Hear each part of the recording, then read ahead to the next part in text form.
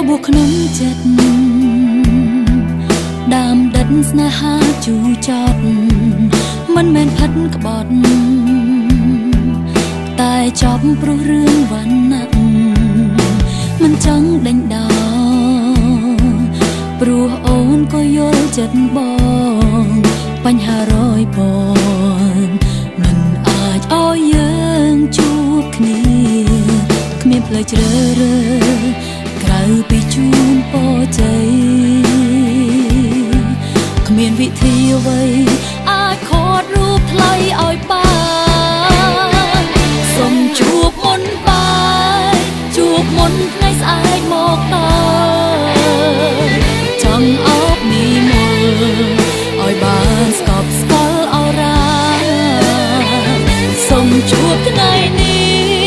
ជួបបងក្នុងនាមសង្សារជួបម្ចាស់ចិន្តាមុនស្នេហាត្រូវបញ្ចប់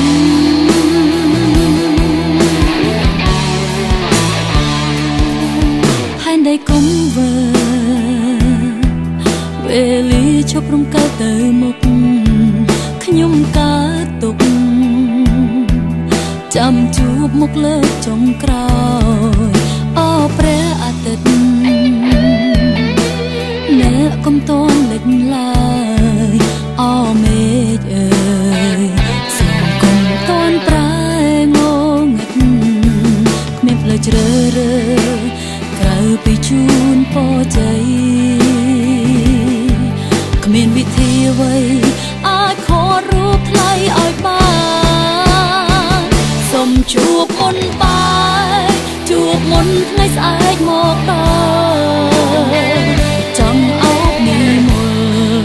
ឲ្យបានស្កប់ស្កល់អរ៉ាសូមជួបថ្ងៃនេះជួបបងក្នុងនាមសង្សា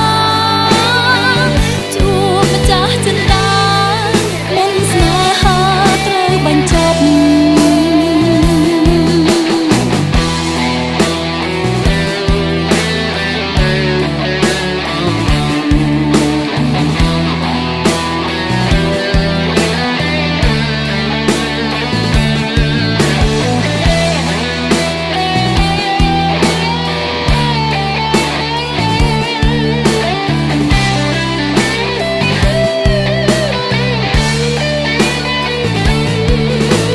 ជ្រើសរើស